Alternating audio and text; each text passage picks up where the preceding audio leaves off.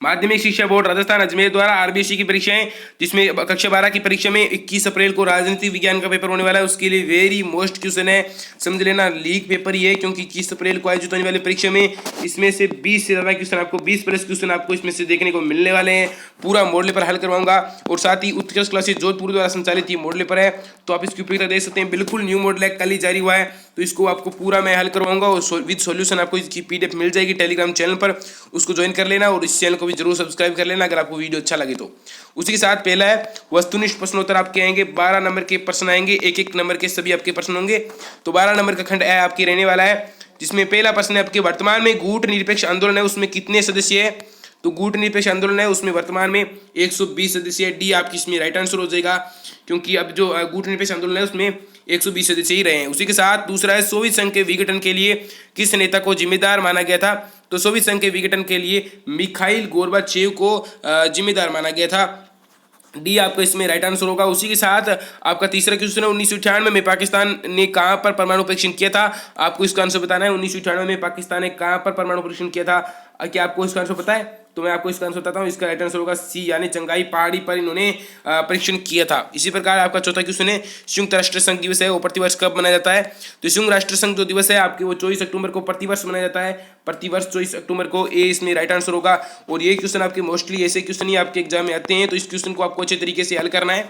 Very most question है, 100% आपके exam में आने वाला है। उसी के साथ पांचवा क्वेश्चन है क्योटो के जो प्रोटोकॉल है उस पर हस्ताक्षर कब किए गए थे, मतलब साइन कब किए गए थे। तो इसमें आपके पांचवें क्वेश्चन में आपका राइट आंसर होगा बी, यानी 1997 में क्योटो के जो प्रोटोकॉल है उस पर हस्ताक्षर किए गए थे। उसी के साथ आपका छठा क्वेश्चन है कि रियो पृथ्वी सम्मेलन में कितने देशों के प्रतिनिधियों ने भाग लिया था। तो इसका आपका राइट आंसर हो जाएगा 170 देशों ने इसमें भाग लिया था रियो पृथ्वी सम्मेलन में। उसी के साथ आपका ये क्वेश्चन इंपॉर्टेंट है, वेरी इंपॉर्टेंट क्वेश्चन है, वेरी वेरी इंपॉर्टेंट क्वेश्चन है। 100% ऐसा क्वेश्चन आपके एग्जाम में आने वाले हैं, तो इस क्वेश्चन को आपको अच्छे तरीके से तैयार करना है। जो मैं इंपॉर्टेंट क्वेश्चन आपको बता रहा हूँ उसको आपको अच्छे तरीके से तैयार करना है। उसी के साथ आपका 7वां क्वेश्चन है देशी रियासतों के एकीकरण में किस भारतीय नेता की महत्वपूर्ण भूमिका रही थी। तो देशी रियासतों के एकीकरण में जो हमारे एक महत्वपूर्ण भूमिका रही थी 7 में, तो इसका राइट आंसर हो जाएगा सरदार वल्लभ भाई पटेल, मतलब सरदार पटेल की महत्वपूर्ण भूमिका रही थी। उसी के साथ 8वां क्वेश्चन है भारतीय जनसंघ के संस्थापक कौन थे। तो श्याम प्रसाद मुखर्जी है वो भारतीय जनसंघ के संस्थापक थे, श्याम प्रसाद मुखर्जी। डी इसमें आपका राइट आंसर हो जाएगा। उसी के साथ आपका क्वेश्चन है 9वां स्वतंत्र पार्टी का गठन कब किया गया था। तो स्वतंत्र पार्टी का गठन है वो किसके द्वारा किया गया था। तो आपके 9वें का राइट आंसर होगा ए, यानी सी राजगोपालाचारी के द्वारा स्वतंत्र पार्टी का गठन किया गया था। उसी के साथ 10वां आपका क्वेश्चन है योजना आयोग की स्थापना कब की गई थी। तो वो आपकी 1952 में की गई थी। बी आपका इसका राइट आंसर हो जाएगा, योजना आयोग की स्थापना 1952 में आपकी की गई थी। उसी के साथ आपके 11वां क्वेश्चन है गोलपीट कविता है वो किसके द्वारा लिखी गई थी। तो गोलपीट जो कविता है वो नामदेव डसाल के द्वारा, 20 में आपका राइट आंसर हो जाएगा। गोलपीट कविता है वो नामदेव डसाल के द्वारा लिखी गई थी। 11वां क्वेश्चन है ये आपका। 12वां क्वेश्चन है राजीव गांधी की हत्या कब हुई थी। इंपॉर्टेंट क्वेश्चन है, 1991 में उनकी हत्या हुई थी राजीव गांधी की, 1991 में। इंपॉर्टेंट क्वेश्चन है, तो ये क्वेश्चन भी आपके एग्जाम में 100% आ सकता है दोस्तों। उसी के साथ रेगिस्तानों की पूर्ति करने वाले प्रश्नों में पहला प्रश्न है शीत युद्ध से की होड़ और हथियारों पर ये दोनों ही प्रक्रिया पैदा हुई। तो इसमें आपका रेगिस्तान क्या आएगा, आप सोचो जरा। तो इसमें पहले में रेगिस्तान आएगा आपके, मतलब शीत युद्ध से हथियारों की होड़ और हथियारों पर नियंत्रण, ये दोनों ही प्रक्रियाएं प्रारंभ हो गई थी। हथियारों की होड़ भी प्रारंभ हुई थी और उसी के साथ हथियारों पर नियंत्रण भी प्रारंभ हुआ था, क्योंकि उस समय क्या संयुक्त राष्ट्र संघ का निर्माण हुआ था। उसी के साथ दूसरा है पूरी दुनिया में साम्यवाद के प्रेरणा स्रोत कौन से थे। तो उसका राइट आंसर हो जाएगा व्लादिमीर लेनिन है वो पूरी दुनिया के मतलब साम्यवाद के प्रेरणा स्रोत थे। उसी के साथ तीसरा क्वेश्चन है कि का सबसे प्रभावकारी समाधान वैश्विक ताप वृद्धि को रोकना है। तो तीसरे का राइट आंसर आपके होगा ग्लोबल वार्मिंग का सबसे प्रभावकारी समाधान है मतलब वैश्विक ताप वृद्धि को रोकना है, ग्लोबल वार्मिंग इसका राइट आंसर हो जाएगा। मतलब विश्व उष्णन भी आप लिख सकते हैं या फिर ग्लोबल वार्मिंग। उसी के साथ चौथा क्वेश्चन है सन 1947 का साल अभूतपूर्व हिंसा और विस्थापन की त्रासदी का साल था। ठीक है, इसमें आपके 1947 आ जाएगा। 5वां क्वेश्चन है अंधेरे की पद यात्रा से संकेत है वो दलित समुदाय की ओर किया गया है। दलित समुदाय, आप इसमें राइट आंसर होगा दलित समुदाय की ओर इसका संकेत किया गया है अंधेरे की पद यात्रा से। ठीक है, ये इसमें दलित समुदाय आ जाएगा। उसी के साथ आपका है बाबरी मस्जिद के विवादित ढांचे को विध्वंस करने की घटना के दिसंबर महीने में घटी 1992 में 1992 के दिसंबर महीने में ये घटना घटी थी। 1900 जो बाबरी मस्जिद के ढांचे को विध्वंस करने की घटना। उसी के साथ आपके अति लोकात्मक प्रश्न आएंगे कुछ, ये आपके 12 प्रश्न आने वाले हैं। 12 नंबर के ये प्रश्न आपके होने वाले हैं, वेरी इंपॉर्टेंट ये क्वेश्चन होने वाले हैं। छोटे क्वेश्चन आपको इस बार ज़्यादा आएंगे, अच्छे तरीके से तैयार करने क्वेश्चनों को। पहला क्वेश्चन है आपके गुट निरपेक्ष आंदोलन के प्रणेता कौन थे? तो इसका आंसर आपको ध्यान से सुनना है, आपको अच्छी तरीके से याद हो जाएगा।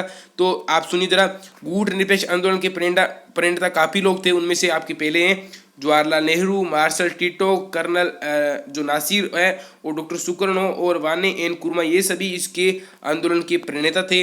उसी के साथ दूसरा क्वेश्चन है सोवियत संघ का विघटन कब हुआ था? तो सोवियत संघ का जो विघटन है वो आपके 25 दिसंबर का 25 दिसंबर 1991 में इसका विघटन हुआ था। इंपॉर्टेंट क्वेश्चन है, एग्जाम में 100% आएगा।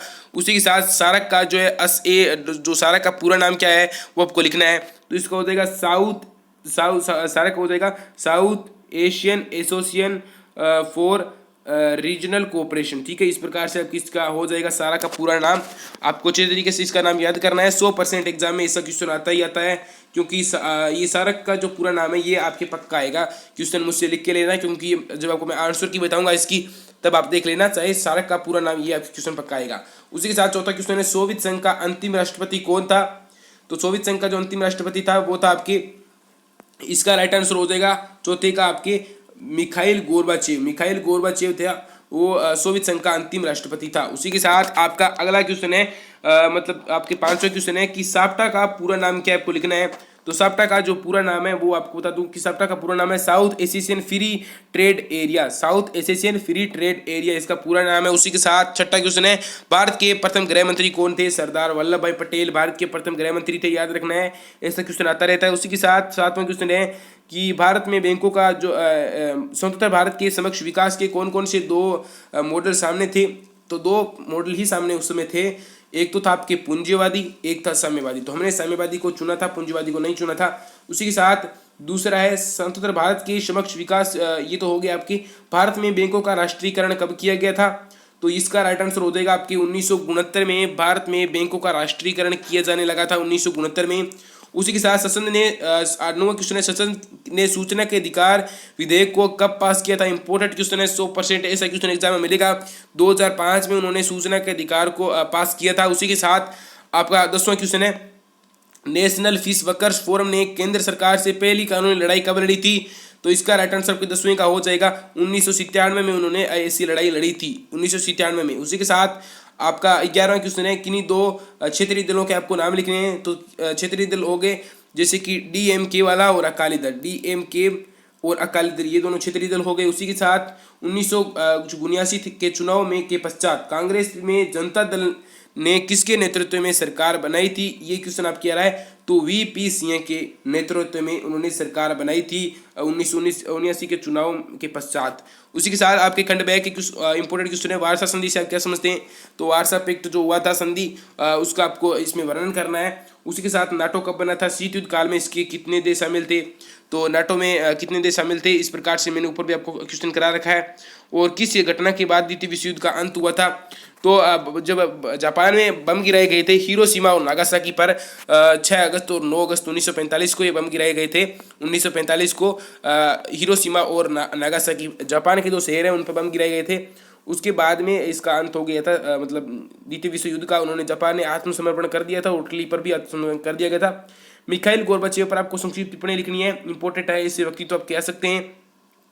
इस प्रकार से क्वेश्चन आ रहे हैं। आपका 200 क्वेश्चन है निःशस्त्रीकरण से क्या आती है? मतलब ऐसा राष्ट्र जहाँ पर शस्त्र की त्याग दी जाए और मतलब 2 देशों में सीमा पर कोई भी शस्त्र ना हो, मतलब कोई भी शस्त्र लेकर भी वहाँ पर ना खड़ा हो। इस प्रकार से निःशस्त्रीकरण आपको जोड़कर लिख देना है। ओजोन परत में छेद होने से पारिस्थितिक तंत्र पर क्या प्रभाव पड़ेगा? मतलब विश्व उष्णन यानी ग्लोबल वार्मिंग की समस्या बढ़ेगी और तापमान अधिक होता जाएगा, जहरीली गैसें फैलती जाएगी, सूर्य से आने वाली हानिकारक पराबैंगनी किरणें धरती पर सीधी पड़ेगी, तो इससे काफ़ी प्रतिकूल प्रभाव पड़ने वाला है।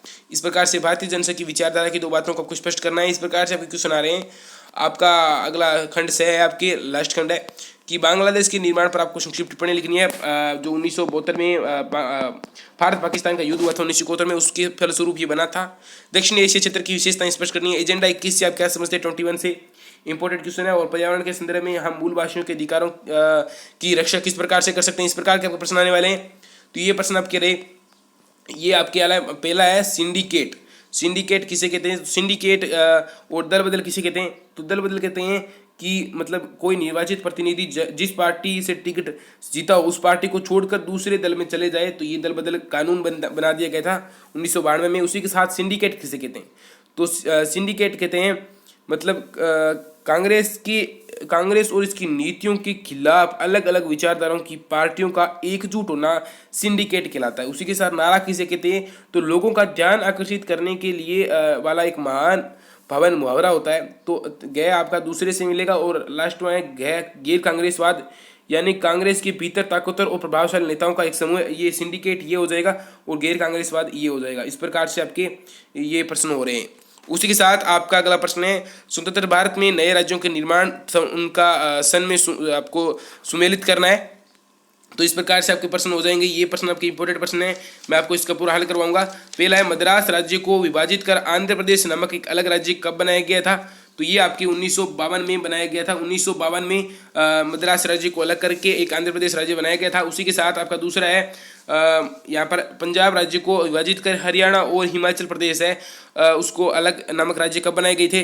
तो इसका आपका हो जाएगा 1966 में, यानी सही इसमें मिल जाएगा। उसी के साथ बम्बई राज्य को दो राज्यों महाराष्ट्र और गुजरात में विभाजित कब किया गया था? ये आपकी 1960 में किया गया था। उसी के साथ मतलब चौथा क्वेश्चन है